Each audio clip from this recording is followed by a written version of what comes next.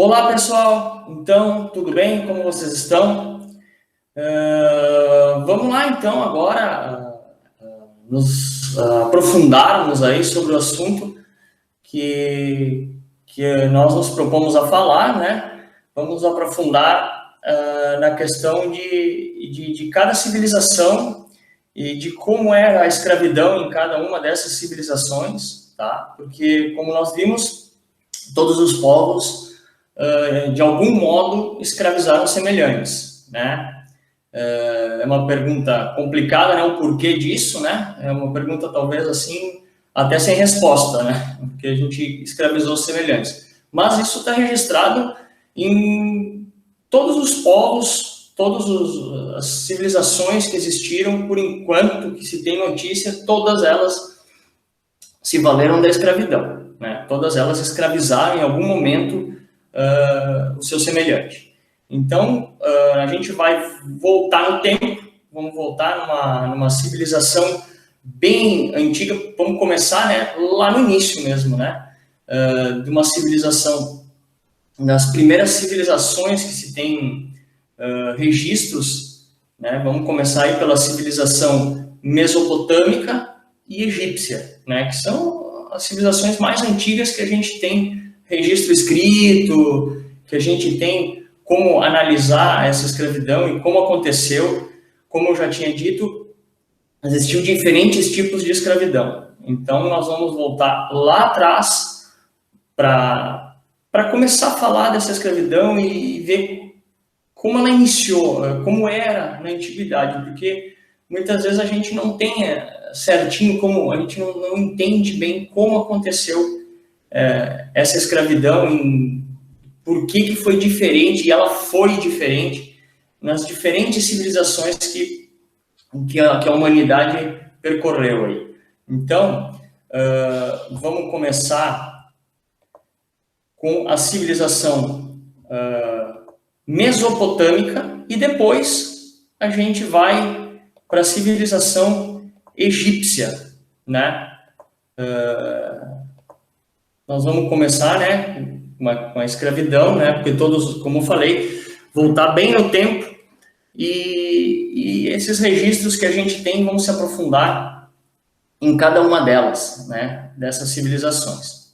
Escravidão, uma mazela na história da humanidade, né, uma cicatriz aí que nós temos que não quer sarar. Então, vamos voltar. A escravidão na Mesopotâmia, né? O que é Mesopotâmia, né? O que é Mesopotâmia? Onde se localiza esse lugar, né? O tempo e o espaço dessa civilização. É como essa civilização vivia, né? A política, a sociedade, a cultura, a economia e a religião. E como eram esses escravos? Eu vou falar, não adianta eu aqui chegar e falar a escravidão na Mesopotâmia era assim, era assado, era, né? A gente tem que entender um pouquinho dessa civilização, sabe? Quando surgiu, né?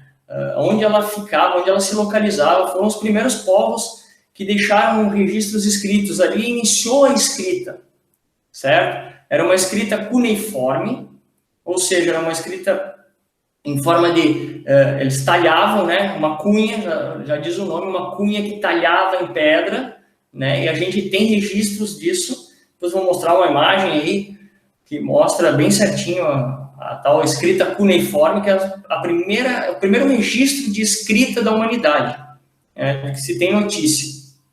Então, a gente tem que entender um pouquinho dessa civilização. Não adianta, né, ir direto, os escravos na Mesopotâmia eram assim, assado. Você não sabe onde é a Mesopotâmia, você não sabe quem eram esses povos, como surgiram esses povos, como viviam esses povos, qual era a sua religião, né? Claro que nós não vamos aprofundar em todos esses aspectos, né, de como era a religião, de como era a economia, de como era a cultura. A gente vai passar por fazer uma visão ampla, né, dessa civilização.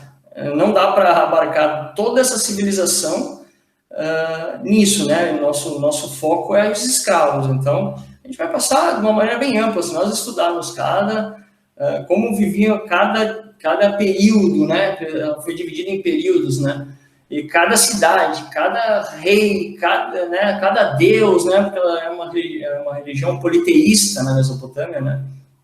Então, se nós estudar cada uma dessas aqui, não são horas, né, são anos de vídeos que eu tenho que fazer.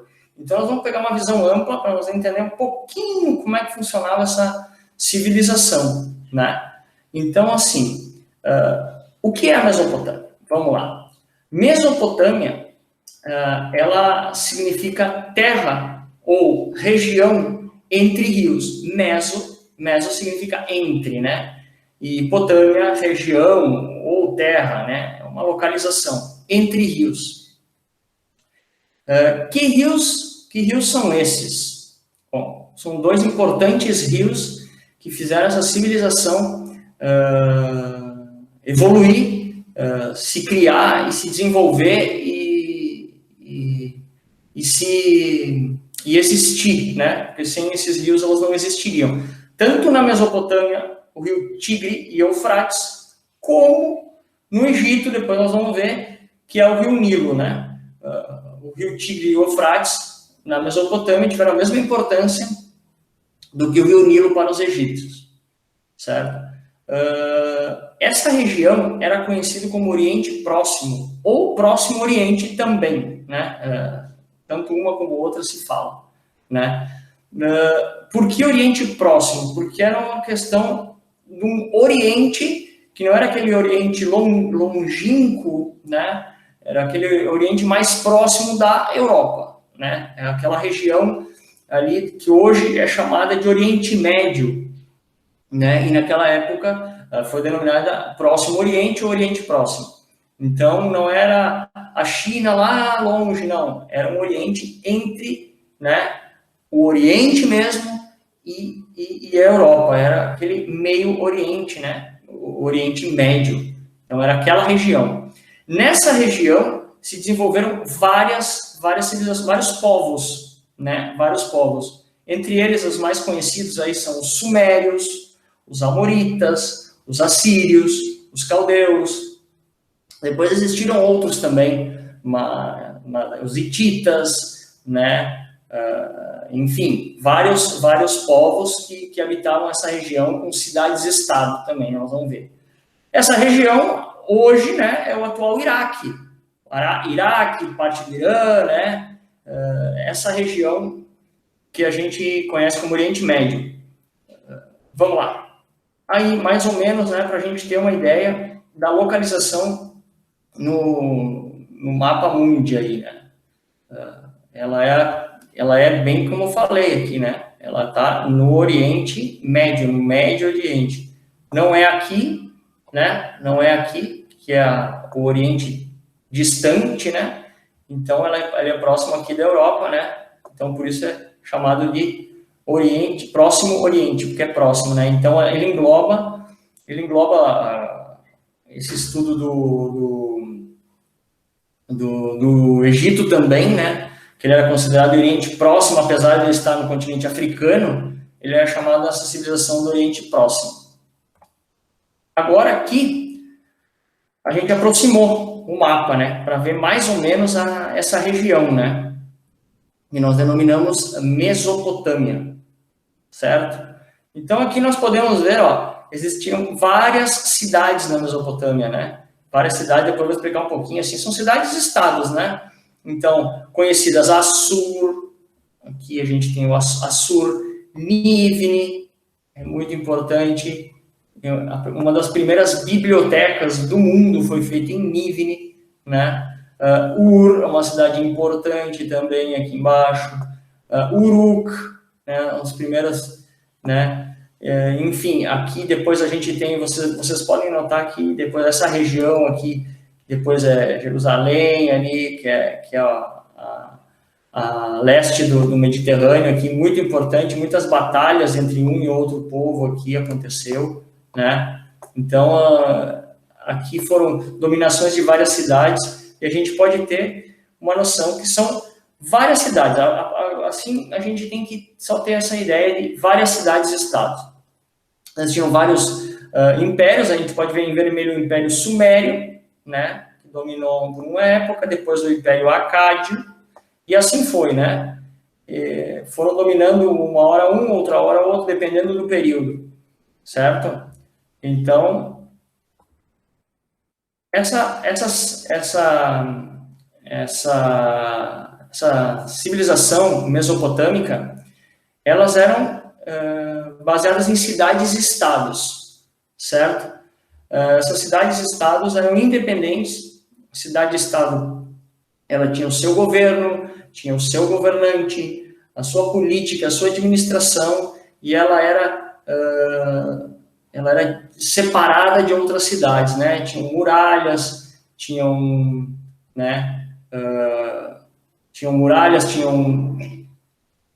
diferentes tipos de governo, cada uma tinha o seu rei, tinha o seu deus, né? Cidades-estados independentes.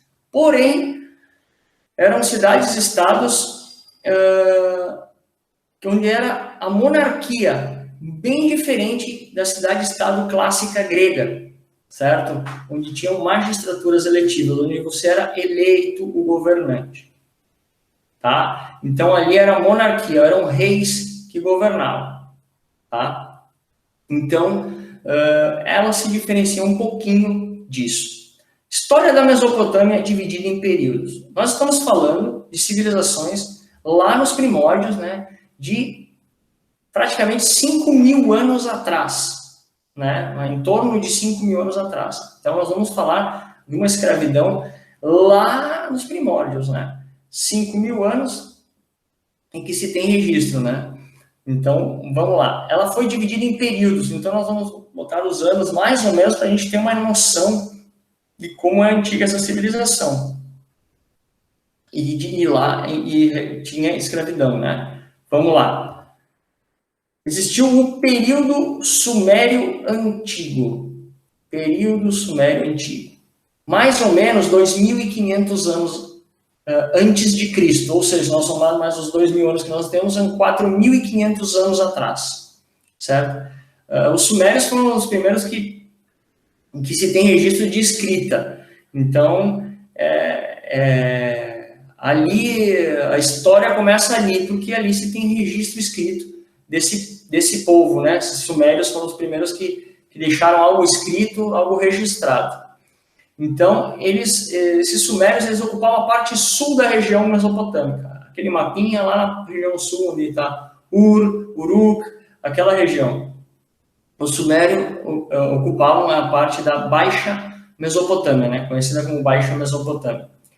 Eles que foram os responsáveis pela fundação das primeiras cidades-estados. Então, eles foram os primeiros. Eles fundaram a cidade de Ur, fundaram a cidade de Uruk, Nippur. Então, eles foram fundando essas cidades, cada uma, como eu falei, cidades-estados separadas administrativamente e que guerrearam bastante entre elas, né?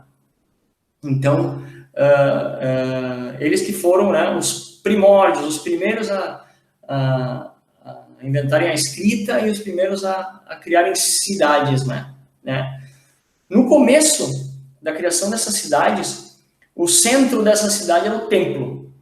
O templo com o seu Deus, como eu disse, né? A cidade-estado tinha o seu Deus, o seu rei, né? A sua administração era cercada por muralhas, tinha suas leis, né? E, primeiramente, o centro era o templo. Por quê? Porque a religião não era separada da política.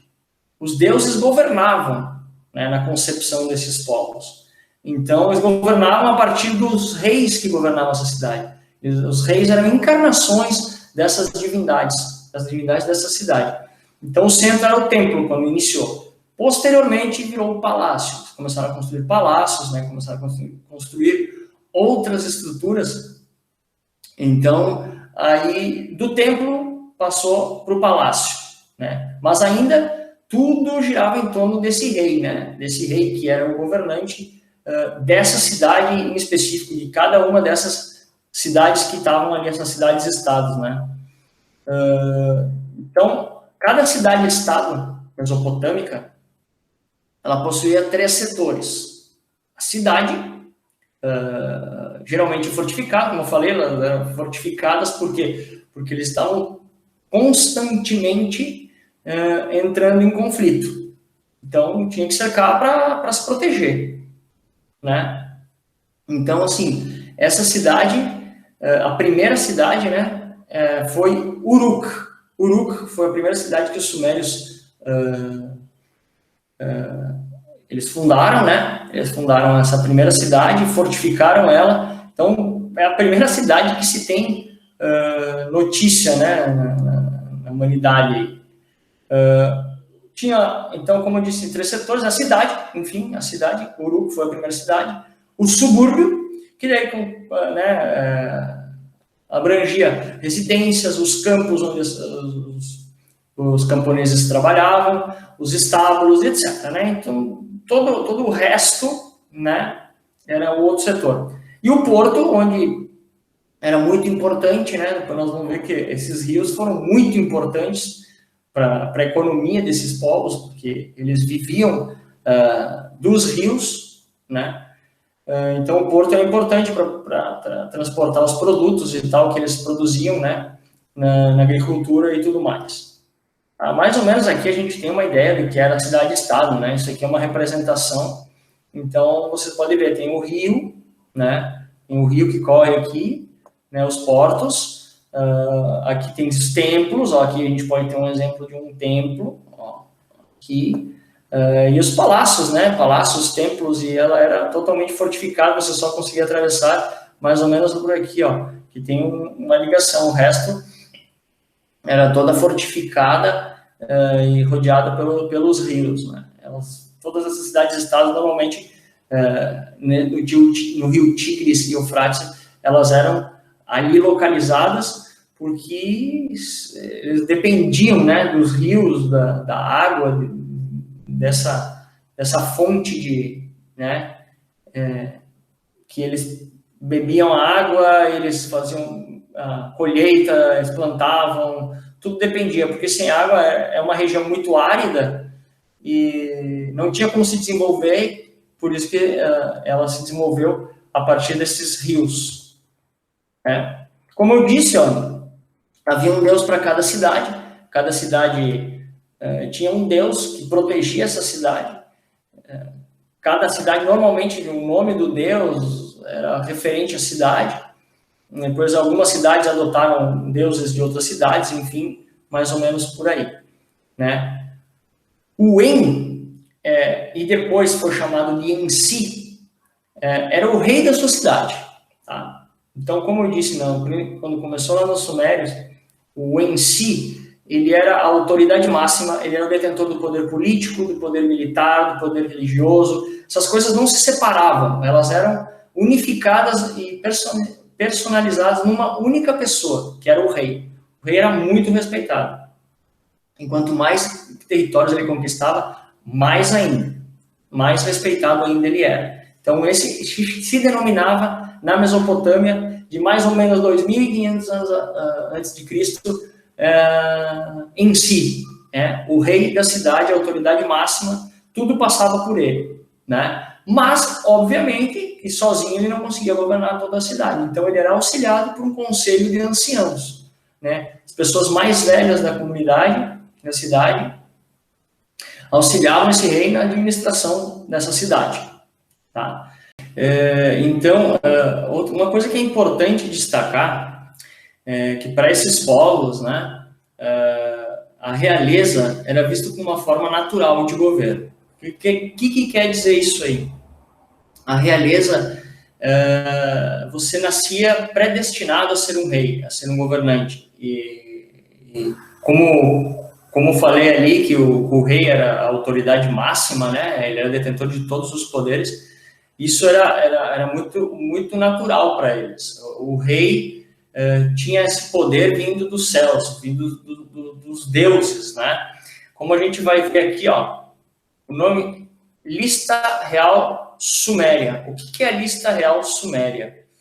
A Lista Real Suméria dizia: a realeza desceu do céu, né? Muito curioso, muito interessante isso, né? Da onde eles tiraram essas ideias, né? E tal, de onde eles tiraram essa concepção, né? Porém, esta pedra, escrita cuneiforme, como eu disse, é uma cunha que ia que ia grafando, né? Era a maneira de escrita dos sumérios.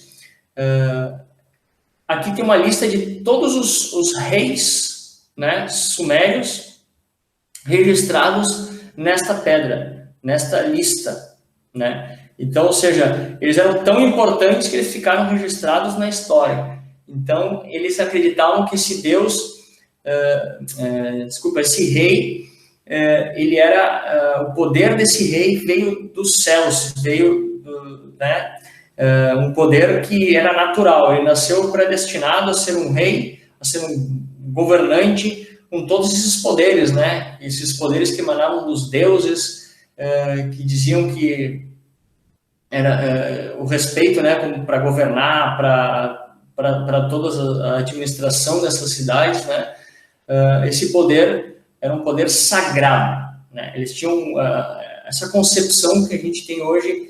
Temos que transferir, tem que modificar ela, porque assim, a religião, a política, era tudo interligado, uma coisa dependia da outra, era tudo no mesmo, né, uma mescla de tudo. Então, por isso que o rei era tão importante, porque ao mesmo tempo era o rei, ele era um governante político, ele era um militar, e ele era o Deus, uma representação do Deus, né, o poder do Deus daquela cidade estava nele.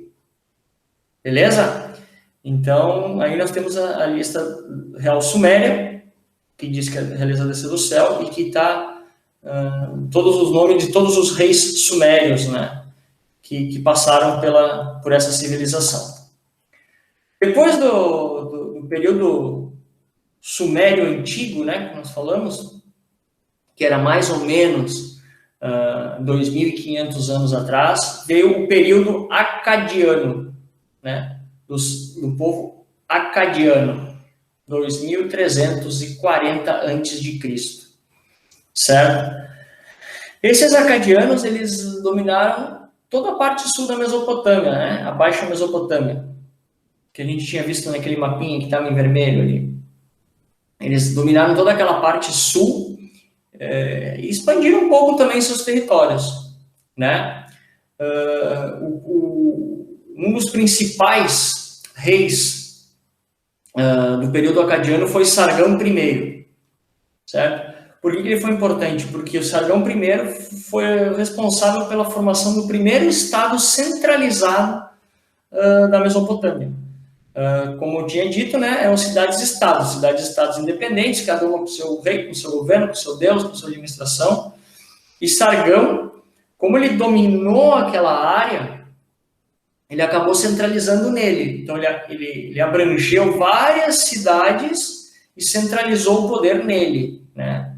Esse acadiano acabou centralizando o poder nele mesmo, fazendo com que as outras cidades ficassem submissas a ele, né? Pois o Sargão de Akkad manteve as rotas comerciais e obteve vitórias no Vale do Diyala e do Elam, né? Que depois nós vamos ver que os elamitas também se envolvem em batalhas, né?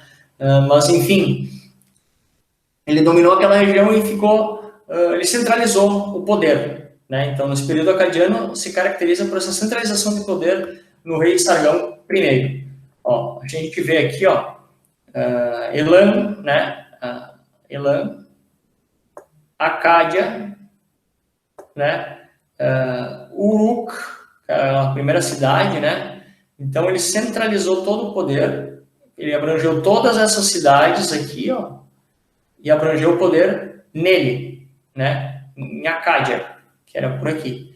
Então, essas cidades estavam todas englobadas, ele dominou territórios, e a gente pode ver, né? O rio Tigres e o Eufrates aqui, ó, toda essa civilização aqui, ó, dependente desses dois rios, né? Vários povos, várias cidades, né? Dependendo desse rio. E ele unificou várias cidades, estavam sob seu governo, né?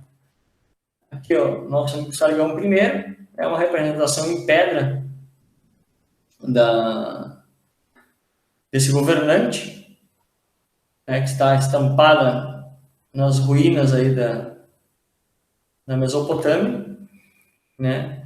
E o que ele fez? Durante esse período, ele nomeou membros da própria família, né? E acadianos próximos a ele ali, para ir governando todas as outras cidades e províncias, ou seja, ele dominou aquela área, né?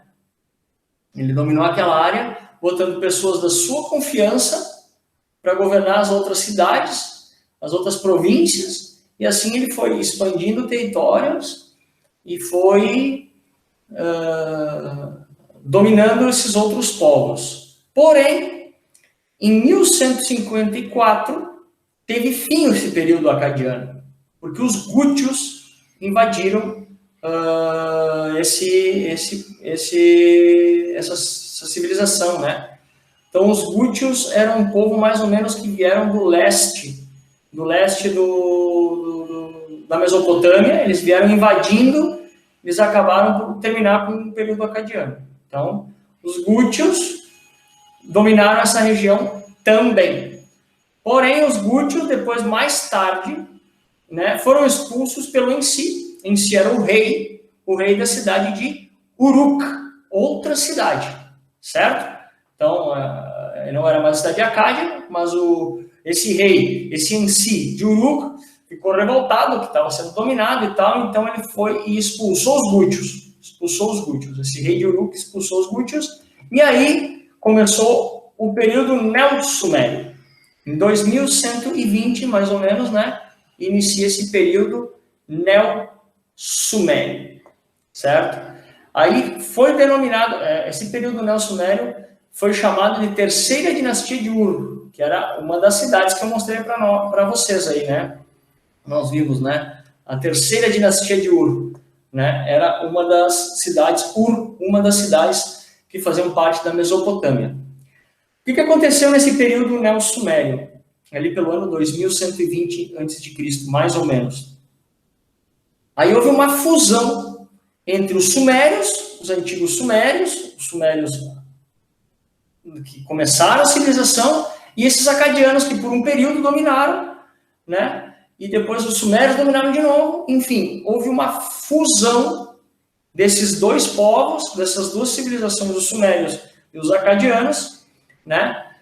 E o sistema administrativo se separa em civil e militar, ou seja, lembram que o rei ele era o detentor de todo o poder político, administrativo, religioso e tal? Bom, enfim, nesse período há uma pequena divisão, há uma separação do sistema administrativo. Então, ele se separa entre a questão civil, né, da administração da cidade, né, e o militar, né? Então, é uma separação dessas duas esferas, né, administrativa, a civil e a militar. A militar é uma coisa, a civil é outra. Então, mas sempre muito centralizado no em si de cada cidade, beleza?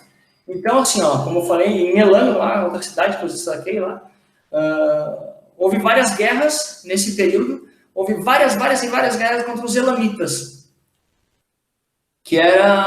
os elamitas eram outro povo aí, uma outra cidade-estado, e houve um novo fracionamento da região em cidades-estados, né? O Sargão primeiro veio unificar, né? O Ensi de Uruk roubou essa unificação, ele que se tornou o grande, né, detentor do poder, e depois disso, com essa guerra constante contra a cidade de Elam, contra os elamitas, houve um novo fracionamento, acabou esse poder centralizado e voltou a serem cidades-estado, cada uma com seu governo, cada uma com sua administração, né? E aí acontece que a região da Assíria, depois a cidade de Assur, né,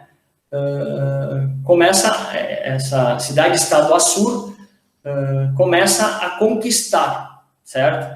E começa a ter um grande poder militar e começa a conquistar territórios. Então, a região da Síria passa a conquistar grande importância em virtude do seu potencial militar. Eles começam a ter um poder militar muito grande e começam a dominar toda a Mesopotâmia. Aquele primeiro mapa mostra que a gente viu os períodos, né? Cada vez começou lá pequenininho e foi ampliando aquilo, né? Essa conquista, né? Então, cada região, a Síria era mais ao norte da Mesopotâmia, né? Já não era mais abaixo da Mesopotâmia, ela veio dominando, certo? Aí, ó, como eu falei, né? Fundando a Mesopotâmia, a cidade de Assur. Enfim, dominaram por um período, e esse período foi também, né, interrompido, porque os hititas invadiram Assur e invadiram os assírios, né, enfim.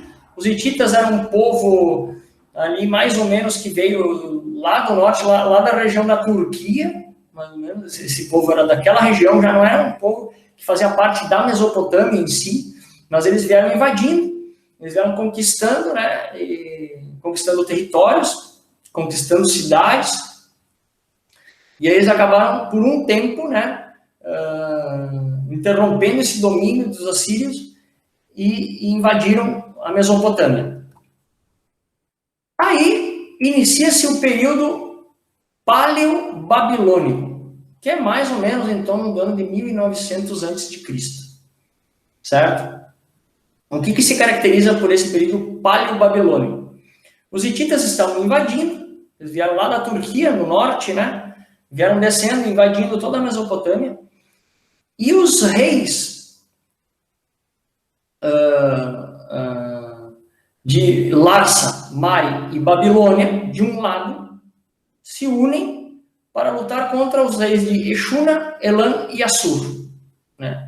Então, os babilônicos, mais ou menos se destacavam entre os babilônicos e os assírios, e os da cidade de Assur, né?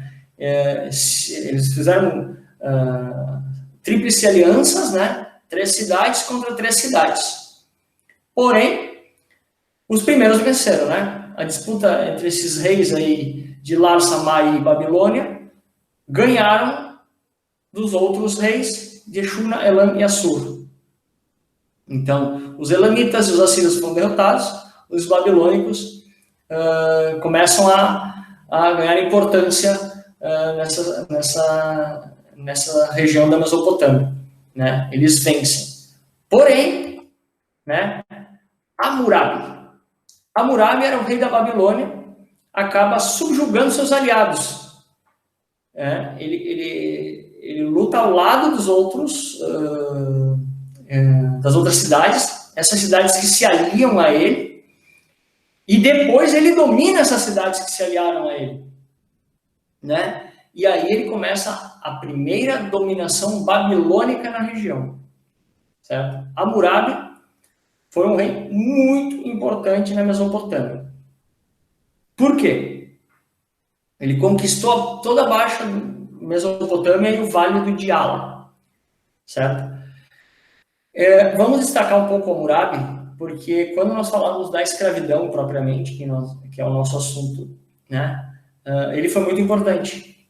Por quê? Porque ele criou o primeiro código de leis de que se tem notícia na humanidade, certo? O que ele fez? O Hammurabi ele subjugou seus aliados, ele dominou toda a Mesopotâmia em uma época, né? Conquistou todos esses lugares, e ele foi tão importante que ele criou um código de leis. Ele criou o Código de Hammurabi. Este era Hammurabi, né? Uma representação aí desse rei aí que dominou, esse rei babilônico que dominou toda a Mesopotâmia em um período, né? Ele criou o Código de Hammurabi. O que era o Código de Hammurabi? Como eu falei ali, é o primeiro código de leis. Era baseado na lei de Talião. O que era a lei de Talião? Lei de Talião é lei de tal tipo, tal pena para tal crime. Ou seja, a pena era proporcional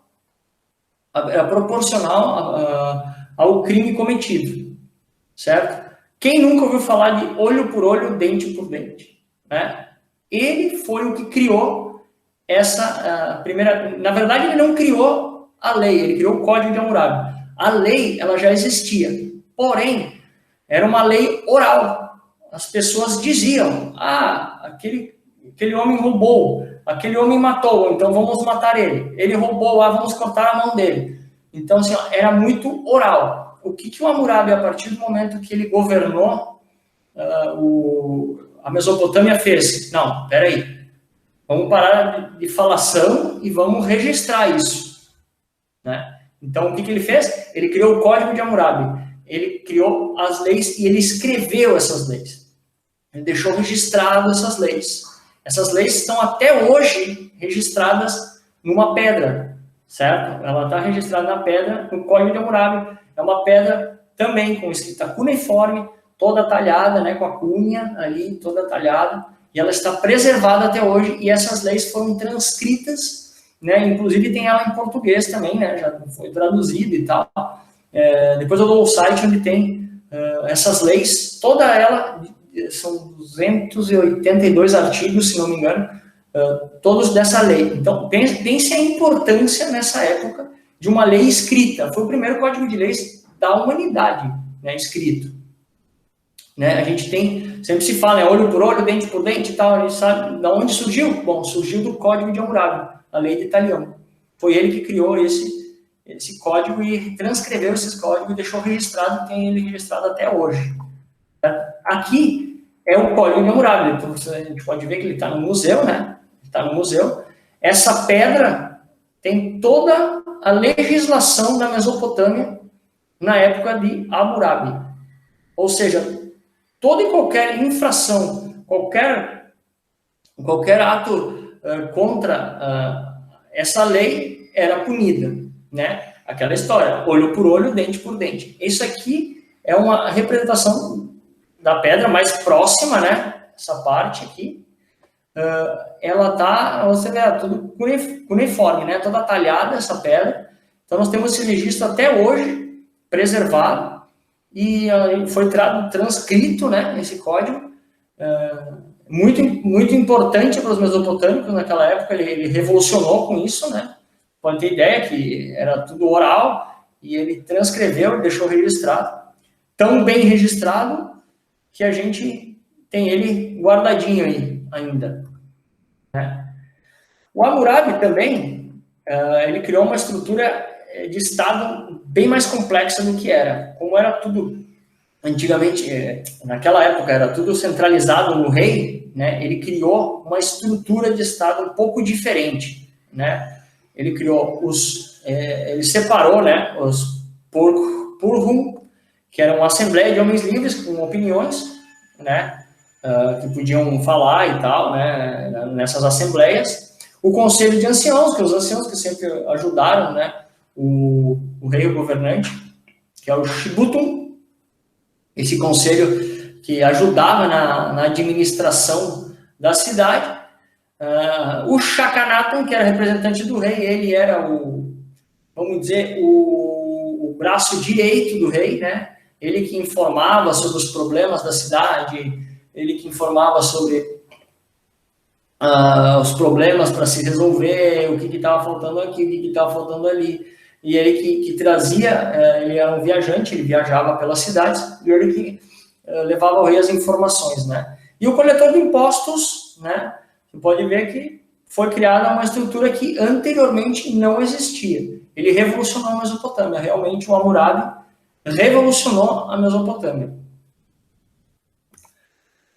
Bom, em torno de 1570 a.C., Hammurabi meio que cai, né? E os cassitas dominam a região. Cassitas, né? Outro povo, outra cidade-estado, né? Que acaba dominando a região. Você vê que é constantes guerras, constantes batalhas, né, nessa história. E então, uma hora é um, outra hora é outro, outra hora é outro, outra hora é outro que domina, né? Então, eles viviam em constante batalha, justamente por isso que as cidades-estados eram todas cercadas por muralhas, né, todas fortificadas. Afinal de contas, a qualquer momento, um povo decidia invadir, que tinha um poder militar. Ele estruturava o seu poder militar e, vou invadir, vou centralizar em mim todo o poder, né? Poder sempre foi um desejo da humanidade, né? Então, os cassitas dominaram a região transformando a Mesopotâmia um verdadeiro caldeirão cultural da antiguidade. Vários povos, diferentes regiões. Ora eram povos que eram de dentro da Mesopotâmia, como esses que nós citamos. Ora eram povos que não faziam parte da Mesopotâmia em si, não. O que eu quero dizer é que eles não faziam parte da Mesopotâmia, ou seja, não eram daquela região entre os rios Tigre e Eufrates, vinham de outras regiões e vinham dominar a Mesopotâmia. Por quê? Porque a Mesopotâmia era um lugar rico, né? Era um lugar rico. Eles se valiam dos rios, eles tinham agricultura, eles tinham alimento, eles tinham... Então, era um lugar muito visado, tanto a Mesopotâmia como o Egito, né? São dois lugares que constantemente sofreram invasões. Por quê? Porque eram os lugares numa região caracterizada por um lugar árido, né? Geograficamente muito árido, um lugar que possuía rios, que conseguia plantar, conseguia produzir alimento, era um lugar muito visado. Então, o domínio dessa região era muito importante para essas pessoas, né? Então, ele vira um caldeirão cultural. Nós podemos ver os assírios, a cidade de Assur, tinha perdido, novamente conquista o território. Ou seja, é uma constante conquista e perda de poder, né? Uma hora é um, outra hora é outro, outra hora é um, outra hora é outro. Muitas guerras, muitos conflitos, né? Por esse poder. Sem contar, nós não estamos falando de vários outros motivos religiosos, né? Né? Meu Deus é melhor que o seu Deus, e cada cidade, né? Cada cidade tinha seu Deus. Uma hora um Deus dominava uma cidade, né? Um Deus representado no rei, outra hora outro, enfim, né? Os assírios novamente conquistam o território e começa o período neo-assírio, né? Então, eles conquistam, além da Mesopotâmia, esse período neo-assírio, eles conquistam outros lugares. Eles vão para o Levante. Onde é que é a região do Levante, né?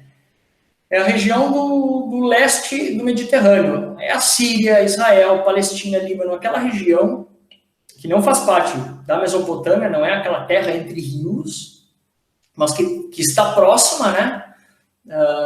E ali existem esses conflitos e os assírios conquistam a Mesopotâmia e conquistam essa outra região também, ou seja, eles criam um grande território, né? Eles dominam um grande território, né? Então, a Babilônia foi conquistada e Nínive, se torna a capital. Nínive, eu destaquei no vídeo anterior, que era uma cidade importante, da primeira biblioteca. Então, lá vira a capital, ou seja, o centro do Império Neo-Assírio, né? Os assírios conquistam toda essa região da Mesopotâmia, do Levante, e criam em Nínive a capital desse domínio. Esse rei, Assurbanipal, ele cria a famosa biblioteca de Nínive. Isso é mais uma curiosidade. Uma das primeiras bibliotecas do mundo. Esse era Assurbanipal, né? Esse grande rei, aí, grande guerreiro, né? Do período neo-assírio, que domina grande parte desses territórios, né? Grande parte do Levante, ali, da Mesopotâmia, ele domina todos esses territórios. E ele cria a biblioteca de Nínive, eu botei errado. Tá. É Nínive, desculpe. Nínive. Inverti o nome aqui. Enfim, essa biblioteca, ela se localiza onde o atual Iraque, né? Ela abrangia 22 mil placas de argila escrita cuneiforme, ou seja, era a cultura daquela civilização, estava totalmente ali dentro, concentrada nessa biblioteca, nesse grande império, nesse império que estava dominado nessa cidade, que estava centralizado nessa cidade. Depois, essa biblioteca, ela acaba sendo destruída, né? ela acaba sendo destruída por outro povo, o povo babilônico. De novo, o povo da Babilônia começa a dominar, né? E começa o último período de dominação genuinamente mesopotâmico, ou seja, aí a Mesopotâmia é a última vez que uma cidade que faz parte dessa região entre rios, essa região da Mesopotâmia, é o último período, certo? Dessa dominação genuinamente mesopotâmica, né? Eles dominam essa região, o rei, né? O Nabucodonosor, né? Ele expande o império e constrói obras monumentais, né? Ele se destaca por isso. Foi um grande rei, um grande imperador, muito conhecido, né? E pela expansão desse império, pela dominação que ele teve e pelas obras que ele fez. Uma de suas obras, acredito que você já deve ter ouvido falar, que é uma das grandes maravilhas do mundo antigo, uma das 7 maravilhas, são os jardins suspensos da Babilônia. Pois é, Nabucodonosor foi quem fez esses jardins suspensos da Babilônia, né? Que foram encontrados em um absurdo de engenharia da época. Mais ou menos aqui uma representação aí, né, uma pintura do que seriam esses jardins suspensos da Babilônia, né? Então, ela é uma das 7 maravilhas, né, do mundo antigo, porque o mundo novo já tem outras maravilhas. Junto com as pirâmides de Quéops, Khafre e Keops no Egito, é uma das 7 maravilhas do mundo. Bem, então, como eu tinha falado, esse período da dominação da Babilônia foi o último período dos mesopotâmicos, né? Do povo que era da Mesopotâmia, dessa região entre rios, dessa cidade. Por quê? Porque ela termina com as invasões dos persas. Os persas vieram do leste da Mesopotâmia, vieram invadindo, né? Era um povo ali que ficava na região entre o Oriente Médio e o Oriente, né? Ciro foi o grande invasor, né? Um persa que invadiu a Mesopotâmia, dominou a Mesopotâmia, foi Ciro. Posteriormente, Ciro perde a Mesopotâmia para Alexandre Magno, Alexandre o Grande, o grego, né? O macedônico, na verdade, que entra e domina. Aí sim, domina a Mesopotâmia, domina o Egito. Alexandre Magno conquistou praticamente toda aquela região ali. Depois de 331 antes de Cristo, ficou domínio grego, né? E ele cria as Alexandrias, enfim. Aí termina a Mesopotâmia, a história da Mesopotâmia acaba com Alexandre Magno, certo? Bom, então agora vamos falar um pouco sobre a economia, né? Como é que funcionava a economia desses povos, né? Do que eles viviam, né? Eles viviam das cheias do rio Tigre e Eufrates. Como assim? Eles praticavam agricultura, e a agricultura depende muito da água, é claro, né? Então, o que acontecia? Esses rios Tigre e Eufrates, assim como o Nilo tinha no Egito, eles tinham as cheias. E eles mais ou menos sabiam o período dessas cheias, então já se preparavam. O rio crescia em alguns períodos, né, e depois ele voltava, né, em outros períodos. Nessa crescida de rio, eles traziam o aluvião. O que é o aluvião? O aluvião é um depósito de argila, cascalho e areia, ou seja, nutrientes para as plantações. Então, as cidades se desenvolveram ao redor desses rios. Por quê? Porque eles cresciam, eles aumentavam. Quando eles voltavam ao tamanho normal, criava os nutrientes do rio, né? Argila, areia, terra, enfim. Eles, como um lugar árido, como eu já tinha falado, eles aproveitavam esses nutrientes e plantavam. Porém, muitas vezes essas cheias eram muito fortes, então às vezes destruíam as plantações quando cresciam muito, ou quando acontecia alguma cheia fora da previsão, né? Eles tinham esses períodos mais ou menos marcados, mas muitas vezes acontecia de essas cheias virem com grande intensidade e acabavam destruindo, né, as plantações e acabavam criando problemas. Então, eles criaram uma rede complexa, né, de diques, barreiras para conter isso com a água. Eles criaram um sistema muito interessante, hidráulico, que abastecia a cidade quando o rio não tinha cheias. Eles usavam essa água, né, que eles tinham, né, armazenada, e quando o rio crescia demais, eles criaram também diques, né, barreiras que eles escoavam a água para não estragar as plantações. Enfim, a economia deles, enfim, era baseada nesses rios, era sustentada por esses rios, né? Então, eles eram muito importantes para o desenvolvimento dessa cidade.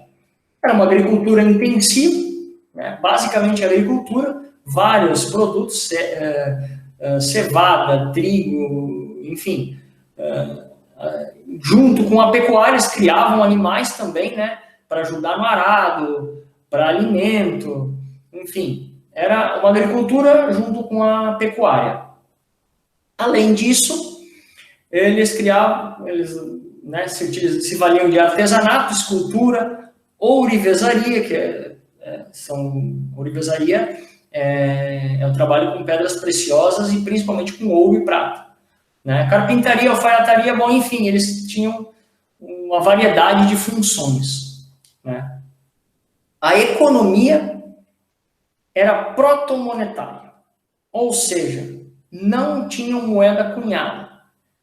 Tinham metais, por exemplo, a protomonetária quer dizer, eles não trocavam, não é que nem a troca de alimentos, não. Ela funcionava diferente. Eles utilizavam os metais também para negociar prata, ouro, moedas, porém não eram moedas cunhadas, não tinham né, cunho de nenhum tipo de imperador, de rei, como, né, de governo.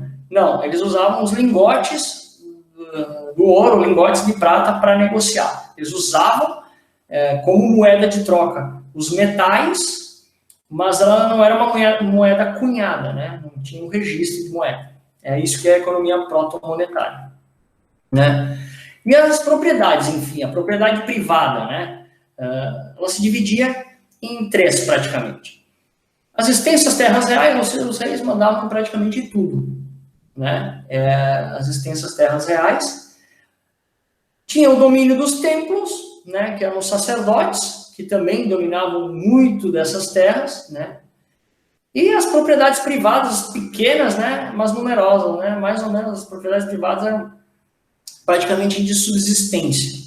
Mas muitos tinham as suas propriedades para trabalhar e tinham que trabalhar para as terras reais, para os templos também, que se apossavam de muitas, inúmeras, vastas territórios, né? Que produziam alimentos. Assim, eles tinham alimento para os sacerdotes, para os governantes e os camponeses também tinham que trabalhar para eles. A sociedade, né? A sociedade se dividia em homem livre, né? O trabalhador, o camponês e tal, né? O agro, o homem livre, mas de status um pouquinho inferior, que era o mushkeno, né? O nome era mushkeno, e o nosso assunto principal, o escravo, o vardum, né? Que era a base da sociedade. Calma, não era... Depois nós vamos falar bem desse escravo, que era um pouco diferente do que a gente imagina. Então, essa era a divisão da sociedade. O agro, o mushkeno e o escravo. O homem livre, o homem livre também, mas um pouquinho inferior, de status um pouquinho inferior, uma classe, vamos dizer, média-baixa, e o escravo. Obviamente, essa divisão ainda se dividia em sacerdotes, em militares, né? Mas a sociedade comum, a sociedade civil, era dividida assim. Beleza? Então, agora sim, vamos entrar no assunto da escravidão. que eu quis fazer, primeiramente, né? Eu quis dar um panorama geral de como vivia essa sociedade, né? De como eles se estruturavam ali, né? Como foram os períodos políticos deles e tal. Por quê? Por que eu quis mostrar esse período político e que nós vimos aí, essa quantidade de batalhas, essa quantidade de domínios, hora de um povo, hora de uma cidade-estado, hora de outra cidade-estado, né? Por que eu quis mostrar isso? Uma visão, como eu falei, né? Uma visão bem ampla, que se nós formos nos deter a cada cidade-estado, a cada rei, a cada período, vamos estudar o período neo-assírio, vamos estudar o período paleo-babilônico, vamos estudar o Hammurabi, nós ficaríamos anos aqui falando de cada civilização, de cada deus dessa civilização, né? De como viviam, quando o poder ficou centralizado, quando o poder se dividiu de novo em cidades e estados, quando vieram, cada batalha tem um nome, aí, a batalha quando os hititas invadiram teve um nome, quando os gútios invadiram as batalhas que aconteceram. Então, tem muita coisa, né? Mas como o assunto é a escravidão, eu quis dar esse panorama geral, né? Por quê? Para mostrar que eram povos que viviam em constante conflito, constante luta, constante guerra, constante batalha, constante necessidade de poder. Muitos governantes importantes, muitos reis que se destacaram, como Nabucodonosor, ali, que fez os Jardins Suspensos da Babilônia, e depois também caiu, né? Esse império do Nabucodonosor, como Hammurabi, muito importante, criou aquele código de leis, foi um dos reis mais importantes que existiu na Mesopotâmia. Por que eu queria mostrar essa quantidade enorme de conflitos, essa quantidade enorme de batalhas? Falando da escravidão. Já vou mostrar para vocês. Como eram os escravos na Mesopotâmia? E quem eram os escravos na Mesopotâmia? Certo?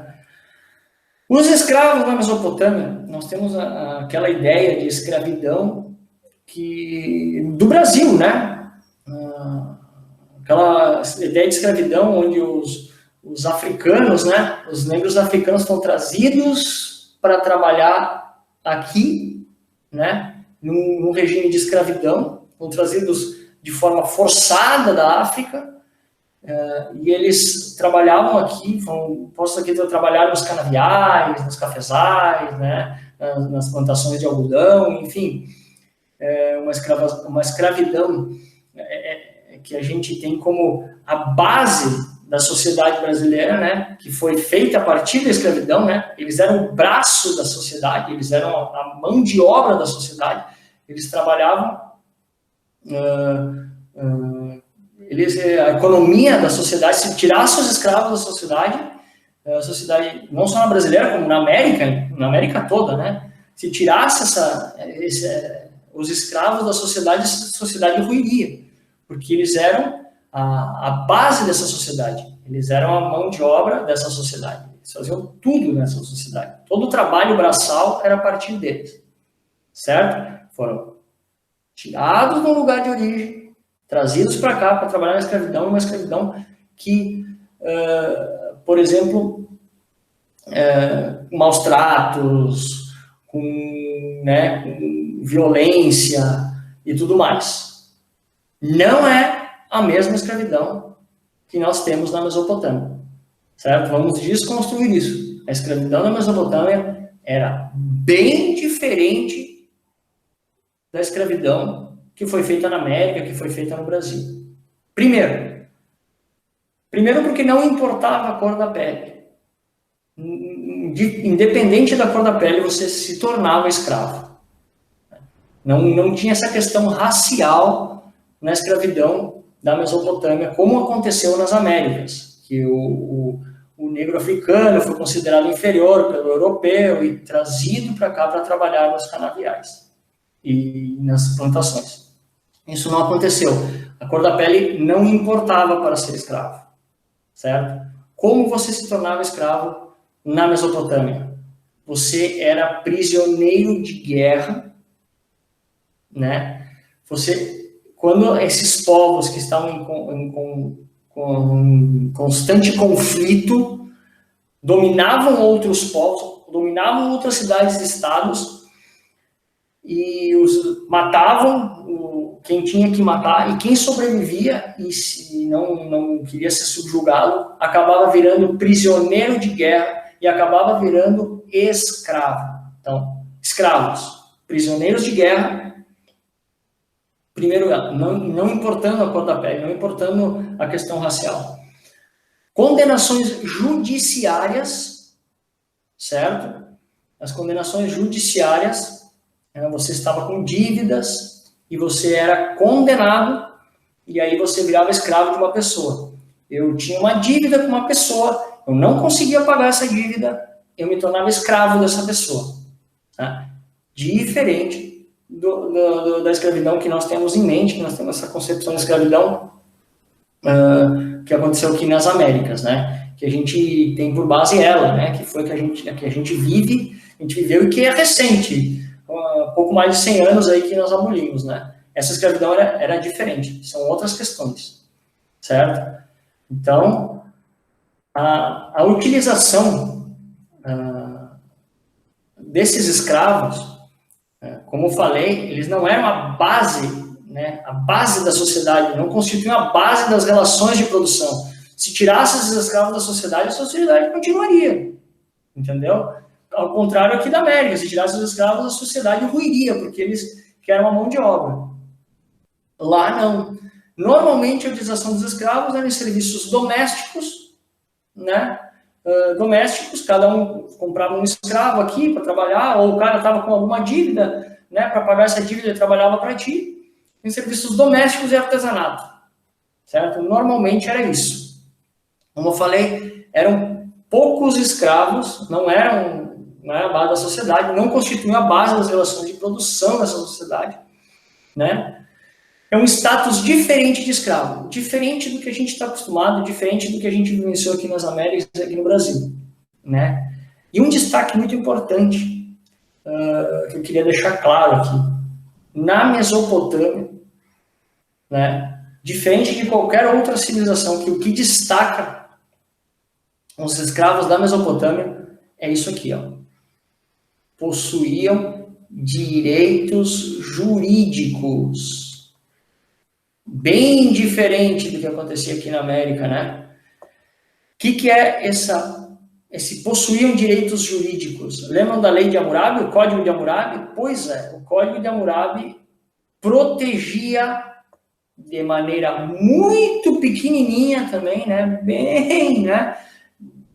Bem fraquinha, mas os escravos possuíam em algum momento direitos jurídicos. Tá? Eram direitos por mínimo que seja, né? Eram pequenos, mas eles tinham esses direitos. Certo? Eles tinham esses direitos registrados no Código de Hammurabi. Tá? E nós vamos ver aqui alguma coisa a respeito disso, né? Vamos ler um trechinho do Código de Hammurabi no artigo 54. Olha lá. Se ele, um cultivador livre, não pode ressarcir o trigo que se perdeu por sua incúria, né, por seu mau cuidado, né, incúria sem mau cuidado, deverá ser vendido por dinheiro juntamente com os seus bens, e os agricultores de quem o trigo foi destruído dividirão entre si. Ou seja, como eu falei, esse aqui é um exemplo de um camponês que acaba virando escravo, certo? Ele não conseguiu pagar o que ele devia, não conseguiu ressarcir o trigo, e ele próprio foi vendido, como escravo, você não conseguiu pagar essa dívida, você vai ser vendido como escravo para outra pessoa, certo? Não pagou a dívida, não tem dinheiro para pagar, vira escravo. Não tem Serasa, não tem, né, vai virar escravo. Né? Porém, era uma escravidão limitada. Né? Uma escravidão limitada. Então, você não ia virar escravo a vida toda. Você ia trabalhar para essa pessoa para pagar essa dívida. Normalmente, eram 3 anos. Normalmente eram 3 anos que está no Código de Hammurabi. Mas, tinha um detalhe. Você não podia tratar mal esse escravo. Você não podia se valer de maus tratos com esses escravos. Esse escravo por dívida. Se você maltratasse um escravo, se você machucasse um escravo sem estar dentro da lei, a importância do Código de Hammurabi, você era condenado. Se você tinha esse escravo, você maltratava ele, chicoteava ele, ou fazia qualquer repressão contra ele, você era condenado também. Então, por isso que eu digo que o Código de Hammurabi, na Mesopotâmia, o escravo era protegido por lei, certo? Você não tinha como pagar, não tinha Serasa na época, né? Então, você virava escravo, mas era um tempo limitado para pagar essa dívida. Eu virava 3 anos lá, 3 anos trabalhava para a pessoa. Claro que tinha lei assim, se você não trabalhava direito, você era punido, mas punido judicialmente. Você não podia ser punido pelo seu senhor. Você era punido, você tinha que ir num tribunal e você julgado num código de leis, esse código chamado Código de Hammurabi, né? Então, você era condenado judicialmente, você não podia ser. O cara não está trabalhando direito, vou pegar, vou amarrar ele e vou chicotear ele, como faziam aqui na América. Não é assim. Você tinha que ir para a lei, você tinha que ir lá nos representantes da lei, né? Nos juízes, dizer, olha, meu escravo não está trabalhando conforme tem que trabalhar. Aí eles iam aplicar a pena para o escravo, certo? Então, não tinha muito, você não decidia muita coisa, por isso que ele era protegido, né? Tinha a punição para os escravos insolentes, né? Tinha sim.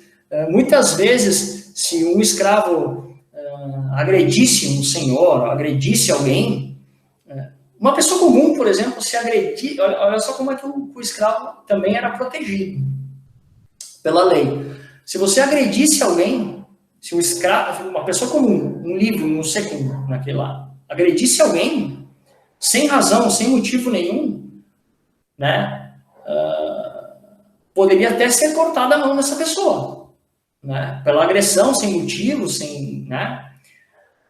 Se fosse um escravo, normalmente não se cortava a mão, porque um escravo sem mão não seria útil para o senhor. Então, o que eles faziam? Eles cortavam a orelha do escravo. Nisso, o escravo tinha vantagem por ser escravo. Porque se fosse qualquer outra pessoa, era cortada a mão. Mas o escravo era cortada a orelha. Porque um escravo sem mãos não poderia trabalhar. Era uma pessoa inútil. Né? Então, você vê que tinha uma certa proteção, né? Tinha uma certa vantagem, entre aspas, né? De ser escravo. Inclusive, em dificuldades, né? Dificuldades financeiras, né? Muitas vezes os escravos tinham dificuldades, as pessoas, né? Tinham dificuldades em épocas de crise, né? Eles se tornavam escravos. Eles chegavam e diziam, olha, eu quero ser seu escravo, porque eles iam ter alimento dessa pessoa, eles iam ser tratados dentro de uma lei com essa pessoa, respeitando, né? Logicamente, obviamente, essa pessoa.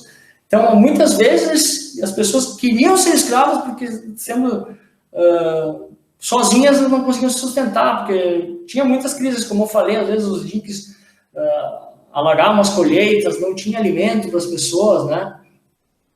Enfim, e aí era a vantagem ser escravo. Nessa questão, né? Assim, o governo não tinha muitos escravos, né? Não tinha tanta escravidão, justamente porque o governo não tinha como controlar toda essa escravidão, como aqui, né? Que aqui na América os senhores Eles controlavam os escravos, não tinha lei, não tinha nada que impedisse eles de maltratar um escravo, de matar um escravo, enfim. Lá, então, o governo, para evitar esse tipo de problema, não tinha escravidão, não tinha muita escravidão. Não tem registro de, porque eu não falei uma base da sociedade, muitos escravos, não, porque é difícil de controlar, né? É difícil de controlar, imagina cada caso de um senhor que bateu, vai lá, né? Um processo jurídico, abre um processo jurídico, enfim. Então o Estado, às vezes, se abdicava de ter muitos escravos por causa disso, não gostava muito da escravidão, nesse quesito, né? Vamos ler mais um trechinho do Código de Hammurabi, né? Se um homem comprou um escravo, ou escravo, e se este não tiver cumprido um mês de serviço, e se uma moléstia se apossou dele, ele retornará a seu vendedor e o comprador tomará o dinheiro que despendeu. Ou seja, é uma garantia, né? Que a gente tem aí a garantia de 1 ano, mais ou menos por aí. Aqui diz 1 mês, né? Aqui diz 1 mês. A gente vê aqui, ó. 1 mês de serviço. Ou seja, eu vendi um escravo para uma outra pessoa, e esse escravo tem um problema, ele não consegue trabalhar, ou ele tem uma doença, ou, né, enfim. Se o escravo que eu vendi, que aquela pessoa usou esse escravo e vê que ele não, né, ele consegue comprovar sempre sob o Código de Hammurabi, né, sempre sob a lei, ó, como eu disse, ó, esse é o que se destaca na Mesopotâmia, ó, sempre sob o Código de Hammurabi, sobre uma lei. É comprovada judicialmente que essa pessoa não trabalha direito, tem um problema, tem uma doença, não tem um braço, sei lá, qualquer coisa, ele vai me devolver o escravo e eu vou ter que pagar de volta o dinheiro que eu recebi por ter vendido o escravo. Enfim, é a lei, né? Então, é algo curioso que existiu, e nós estamos falando aí de mais de 3.000 anos atrás, aí, você vê que tem uma lei que protegia os escravos. Ó. Mais um trecho do Código de Hammurabi. Uma curiosidade aqui para nós vermos. Se um homem, num país inimigo, comprou um escravo ou escrava de um homem, assim que for ao centro do país, e assim que o senhor do escravo, homem ou da escrava mulher, reconhecer seu escravo ou escravo, se o escravo homem ou a escrava mulher são filhos do país, eles serão postos em liberdade sem dinheiro. Lhes será concedida a liberdade.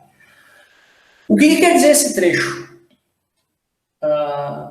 Se eu era da cidade da Babilônia e eu comprei um escravo que era da cidade de Assur, certo?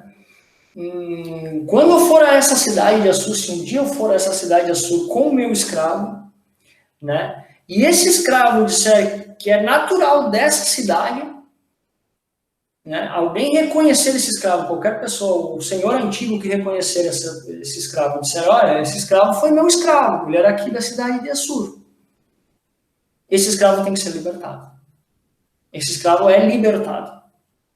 Mas por que se ele comprou o escravo e tal? Porque as cidades viviam em conflito. Elas se odiavam entre si.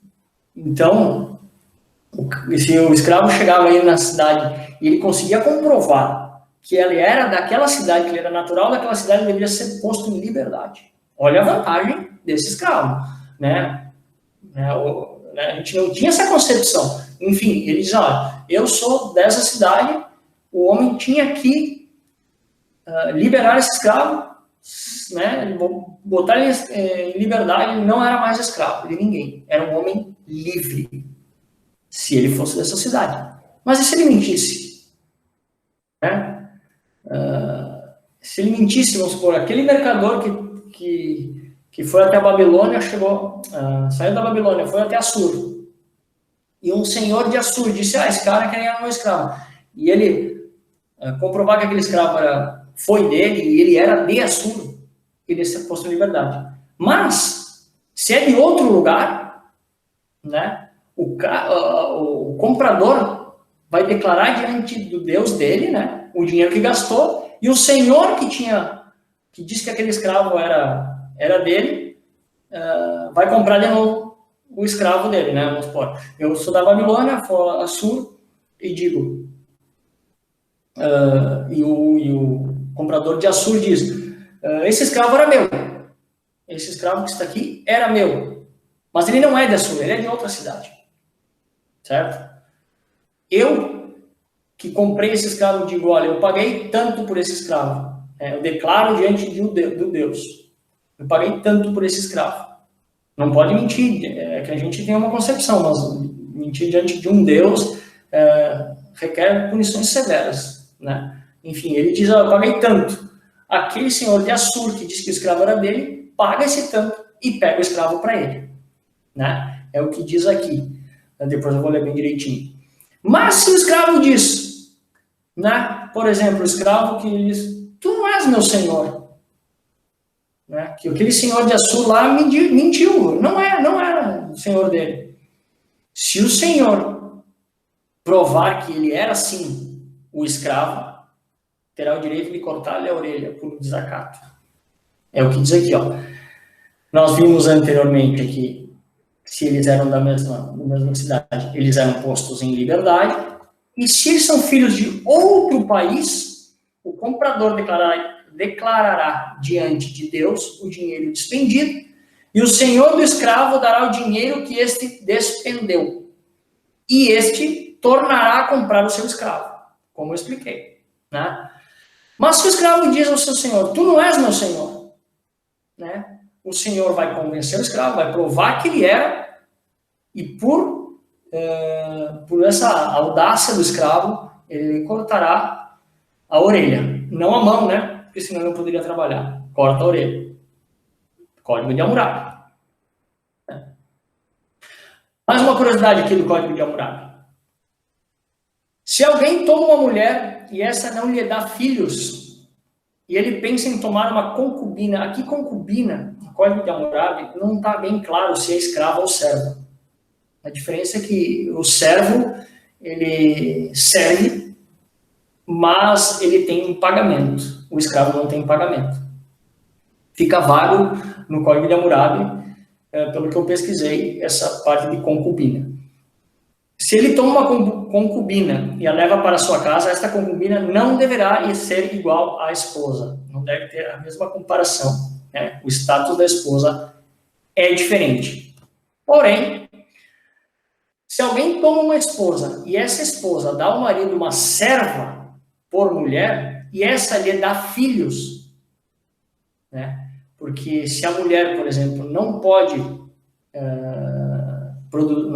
ter filhos e essa mulher lhe traz ao seu esposo uma serva que pode dar filhos, e se essa serva rivaliza com a sua esposa porque ela produziu filhos, não deverá sua senhora vendê-la por dinheiro. Ela deverá reduzi-la à escravidão e enumerá-la entre as servas. E depois, no outro artigo, se ela não produziu filhos, sua senhora poderá vendê-la por dinheiro. Ou seja, se a senhora quer dar filhos ao homem, porque era muito importante ter filhos nessa época, a importância gigantesca ter herdeiros, né, segundo essa civilização. E a mulher não podia ter filhos. Ela conseguiu uma serva. E essa serva ia lá e tinha filhos. Produzia filhos para o marido. Mesmo assim, ela não poderia se igualar à sua esposa. Não poderia rivalizar com ela. Se ela rivalizasse, ela se tornaria escrava dessa senhora, dessa mulher, né? Ela se tornaria escrava dela. Porém, ela não poderia vendê-la. Teria sido escrava e ponto. Se ela não produziu filhos, ela era uma inútil, segundo essa civilização. Ela poderia ser vendida da maneira que ela quisesse. Então, você vê, isso tudo está no Código de Leis, naquele Código de Hammurabi, né? É muito interessante isso, é muito curioso, Tudo isso dentro do código, né, de uma civilização tão antiga. Né? Mais um trecho do Código de Hammurabi, né, falando de escravidão. Primeiro, se um médico fizer uma grande incisão com uma faca de operações e curar o paciente, ou se ele abrir um tumor em cima do olho com uma faca de operações e salvar o olho, o médico deverá receber 10 shekels em dinheiro. É um lingote de metais preciosos. Porém, se o paciente for um homem livre, ele receberá 5 shekels. Né? Porque se for um senhor, ele receberá 10. Se for um homem livre, um simples homem normal, né? 5 shekels. Se ele for o escravo de alguém, né, seu proprietário deve dar ao médico 2 shekels. Aí já vemos que o escravo vale menos. Né? Se ele for uma pessoa livre, é 5 shekels o pagamento. Se ele for um escravo, ele vale menos, 2 shekels para o médico. Certo? Então, aqui já vemos uma diferenciação no escravo. Apesar dele ter mínimos, né, ser protegido juridicamente, por mínimo que fosse, ele era uma mercadoria. O escravo era utilizado como mercadoria, né? Não podia tanto maltratar, né? Sem passar pelo código de leis, mas ele não deixava de ser uma mercadoria como todos os escravos, certo? Existem registros também de que muitos cegavam os escravos, em alguns períodos anteriores ao Código de Hammurabi, que não protegia tanto os escravos, eles cegavam os escravos, por quê? Para evitar qualquer tipo de revolta, né? Principalmente os escravos homens fortes, os militares, né? Eles cegavam eles para trabalhar na irrigação das colheitas, para trabalhar Isso ainda é meio controverso, porque se você cegar um escravo, o trabalho dele vai ficar bastante limitado, né? Então, ainda é controverso, né? Não se sabe se realmente foi aplicado isso antes do Código de Hammurabi ou não, né? Existem alguns registros que pode ser que tenha acontecido, né? Enfim, mas eles não teriam muita utilidade, né? Se você cega os escravos, né? Vamos lá, continuando no médico, né? Se um médico fizer uma larga incisão com uma faca de operações e matar o paciente, né? Se ele não salvasse, né? Ou abrir um tumor com uma faca de operações e cortar o olho, suas mãos deverão ser cortadas. Olha só, isso se for uma pessoa comum, né? Um homem livre, se o médico fizer uma operação e essa operação cegar o paciente, o médico deverá ter as mãos cortadas, ou seja, não vai mais trabalhar como médico. Então, olha o que o Código de Hammurabi diz. Porém, né, se o médico fizer uma larga incisão no escravo de um homem livre e matá-lo, né, ele deverá substituir o escravo por outro. Ou seja, se o médico mata um homem livre, ele deve ter... Desculpa, não mata não. Se ele fura um olho de um homem livre, ele terá suas mãos cortadas. Porém, se ele matar na operação um escravo, né? O escravo era uma mercadoria, ele só tem que repor esse escravo, certo? Nada mais do que isso, né? É isso que eu digo, a gente tinha leis, mas eram mínimas, né? Eles tinham leis, né? Mas as leis sempre protegiam o pessoal da elite, né? Sempre, né? A gente tem que levar em conta isso também, né? O escravo, todos eram usados como mercadoria. Tinha um código que protegia, mas eles não deixavam de ser uma mercadoria. Então, matou um homem livre, desculpa, matou não, deixou um homem livre cego, você perdia as mãos. Mas se matou um escravo, por acaso a operação matou um escravo, você só tem que repor esse escravo. Certo? Esse é o trecho do Código de Hammurabi 218, 219. Vamos ler mais um aí, Código de Hammurabi. Se um barbeiro, vamos especificar o que é barbeiro, né? Não é o barbeiro que faz a barba. Sim, eles faziam a barba, mas o barbeiro era o barbeiro, ele selava cavalos, ele marcava escravos, né? Ele, muitas vezes, ele arrancava dentes, né? Ele era dentista também. Na verdade, ele era chamado de cirurgião barbeiro. Arrancava dente. Se a pessoa estava com alguma moléstia aí, ele lá fazia compressas, né? Ele cortava cabelo, ele cortava barba, enfim, por isso que era cirurgião barbeiro. Fazia uma série de coisas, marcava escravos, marcava cavalo, selava cavalos, encilhava cavalo, colocava as ferraduras nos cavalos, né? Enfim, ele fazia uma série de serviços. Esse era o barbeiro naquela época, tá? Só para deixar claro, não era só o cara que faz a barba e corta cabelo.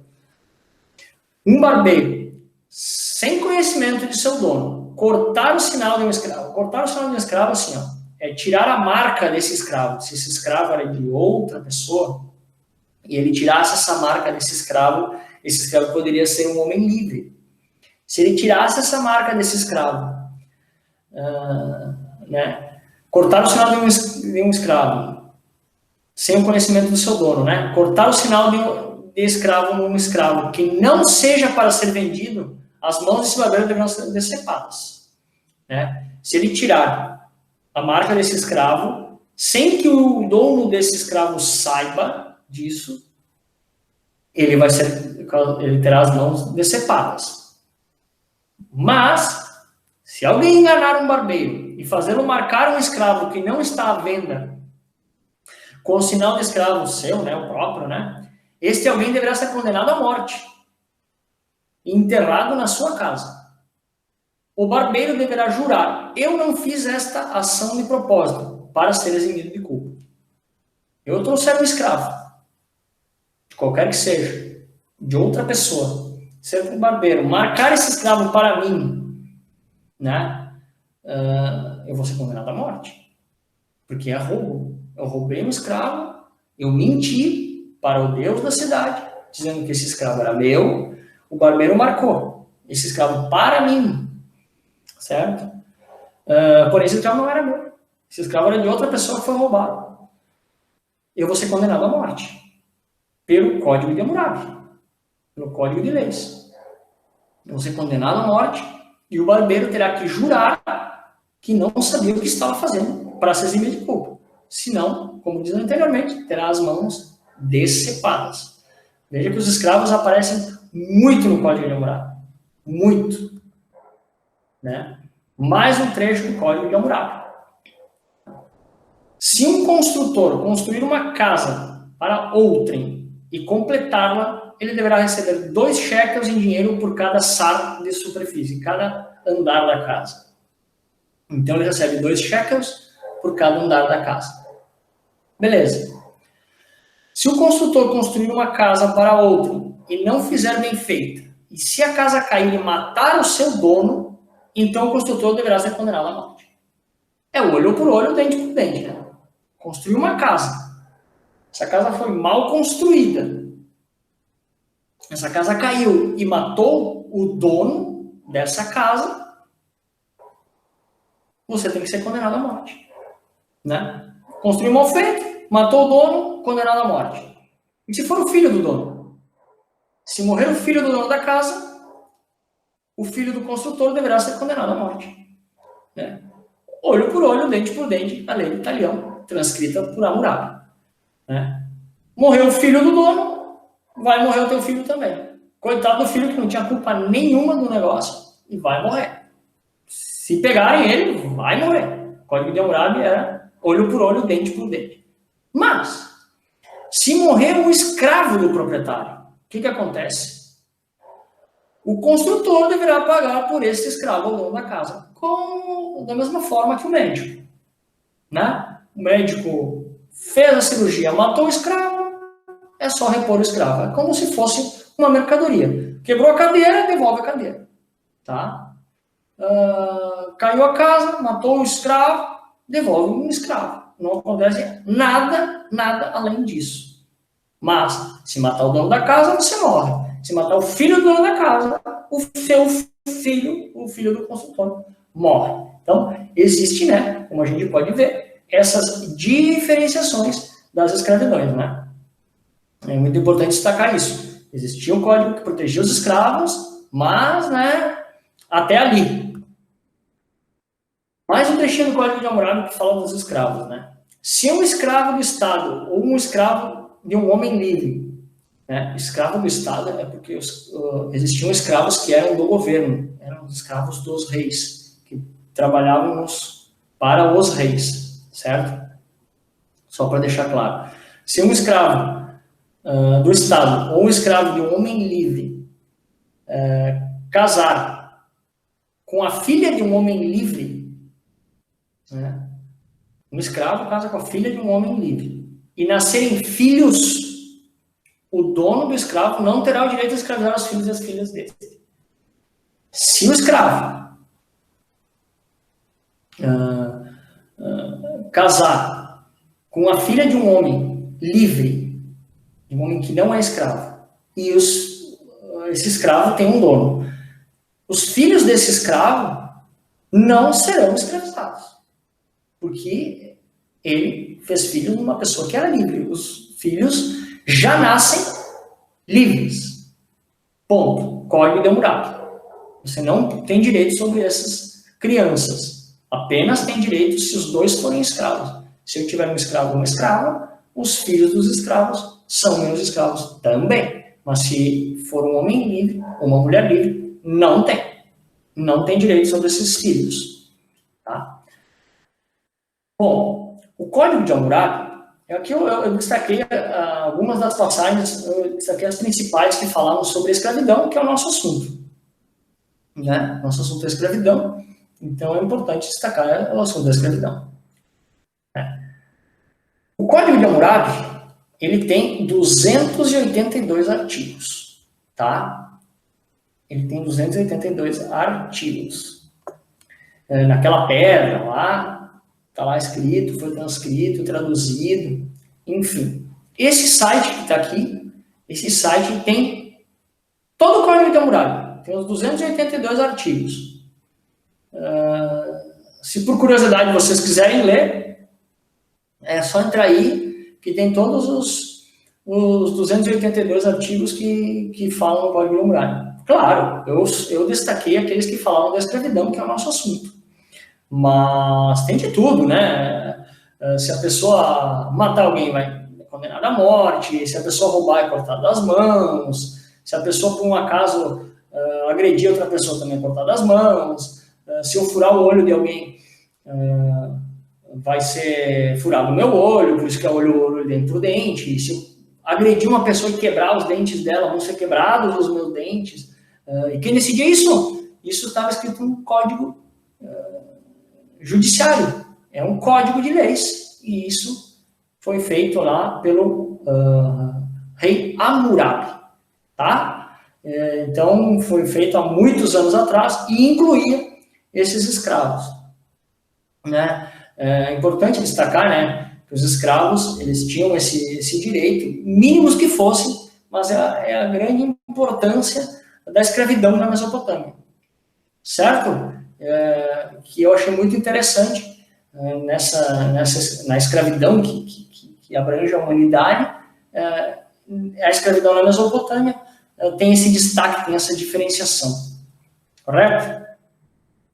Uma imagem aqui, uma representação dos escravos na Mesopotâmia, né? Então aqui vamos dar uma resumida, porque agora a gente encerra aqui falando da escravidão na Mesopotâmia, para posteriormente aí, vamos falar um pouquinho da escravidão no Egito, né? Como é que foi essa escravidão no Egito. Então, o que nós falamos aqui nesse vídeo, nessa aula? Falamos da Mesopotâmia, que era uma região entre o rio Tigre e Eufrates, né? É uma região que se desenvolveu a partir desses dois rios, né? É uma região entre esses dois rios, que abrangia diversos povos, né, diversos polos, uma região conhecida como Oriente Próximo, Próximo Oriente, que ficava ali, conhecida como, né, hoje é uma região que a gente chama de Oriente Médio, o atual Iraque, mais ou menos era a região da Mesopotâmia, Iraque, Irã ali, Síria, aquela região, depois foi abrangendo territórios, foi tomando mais territórios, abrangendo outros territórios do Levante e tal, como a gente falou. Então, assim, era essa região, né, Oriente Próximo, Próximo Oriente, que inclusive o Egito fazia parte dessa região próximo oriental, né, que eles chamam crescente fértil. Por que crescente fértil? Justamente por causa dos rios, Tigre, Eufrates e o Nilo para os egípcios. Tá? É uma civilização muito antiga, né? Mais ou menos ali em torno de 5.000 anos atrás, que foram os primeiros registros de uma escrita cuneiforme, né? Uma escrita cuneiforme, os primeiros registros de algo escrito, né? Na civilização humana. A divisão política foi dividida em vários períodos, como a gente viu, vários períodos de guerras, batalhas, né, onde um povo dominou, teve poder descentralizado, depois centralizou o poder novamente, com alguns imperadores, ali, com Sargão I, com, né, Nabucodonosor, enfim. E nessa civilização, de mais ou menos 5.000 anos atrás, onde se tem os registros da primeira escrita, se escreveu o primeiro código de leis que existiu na humanidade, que se tem registro hoje. Quem sabe se encontre algum outro registro, mas hoje é o Código de Hammurabi, é o primeiro código de leis. Tá? Ele é baseado na lei do Talião, que era uma lei oral, mas que o Hammurabi acabou por transcrever essa lei, né? Quando ele foi imperador, como ele mandava, ele acabou fazendo do jeito dele. Ele era o rei, ele era o representante do Deus, enfim. Olho por olho, dente por dente, é o que dizia o Código de Hammurabi, né? O que você fez, a sua pena vai ser mais ou menos correspondente à ação que você exerceu né? A ação que você exerceu dentro do que você praticou. Falando do escravo, né? O Ardum, né? Você era escravo ou por guerra, você era prisioneiro de guerra, transformado em escravo, diferente do que nós vimos na época, como nós tínhamos falado. Condenações judiciárias, né? Você não pagava as dívidas, né? Você condenado por essa lei, você era condenado e você tinha que pagar, né? Você tinha que pagar. E como você pagava se você não tinha dinheiro? Você pagava através da escravidão. Então, você virava escravo. Muito importante. Prisioneiro de guerra e não pagamento de dívidas. Essa era a escravidão na Mesopotâmia. Não tinha questão racial, como aconteceu nas Américas. Não tinha questão racial. Isso é muito importante destacar, porque nós vamos diferenciar das outras escravidões. Depois nós vamos falar da escravidão egípcia, depois nós vamos falar da escravidão grega, romana. Então, cada uma tem uma pequena característica que diferenciava uma da outra, porém, né, é importante saber disso. Então, como eles não eram a base, né, da sociedade, eles não eram a base das relações de produção da sociedade, né, eles não constituíam a base das relações de sociedade, eles eram utilizados no serviço doméstico e no artesanato. Era muito pessoal, a pessoa tem um escravo, ou o cara não pagou dívida, ou um prisioneiro de guerra ali, um cara forte e tal, que era um militar, eu vou comprar esse cara aqui para mim, para trabalhar aqui na minha colheita, ou para limpar minha casa, ou para, né? Mas eles não eram os produtores da civilização. Se você tirasse esses escravos da civilização, a civilização continuaria. Tá? Essa civilização mesopotâmica continuaria porque não eram a base econômica dessa civilização. Eles eram poucos, porque o Estado às vezes não queria muitos escravos porque tinha que ter controle sobre eles. Né? Então, enfim, era isso. Né? Eles não eram essa base da relação, essa ideia de escravidão que a gente tem, baseada aqui na nossa escravidão que a gente conheceu aqui no Brasil, é bem diferente. Né? Bem diferente. Por isso que eu digo que é um status diferente de escravo, né? Aqui eu escrevi, é diferente, destacado, porque não é o escravo que a gente está acostumado a ouvir falar, né? Não era a base das relações de produção, da relação econômica, tá? E o que a gente pode destacar da escravidão mesopotâmica? De tanto tempo que a gente falou aqui. O que eu destaco da escravidão da civilização mesopotâmica? É muito importante. Possuíam direitos jurídicos. Isso a gente não vai ver em outra civilização. Tá? Direitos jurídicos. Eles possuíam direitos jurídicos. Eles eram amparados por uma lei, certo? O Código de Hammurabi estava lá na lei que os escravos tinham direitos a isso, direito àquilo, como a gente leu ali.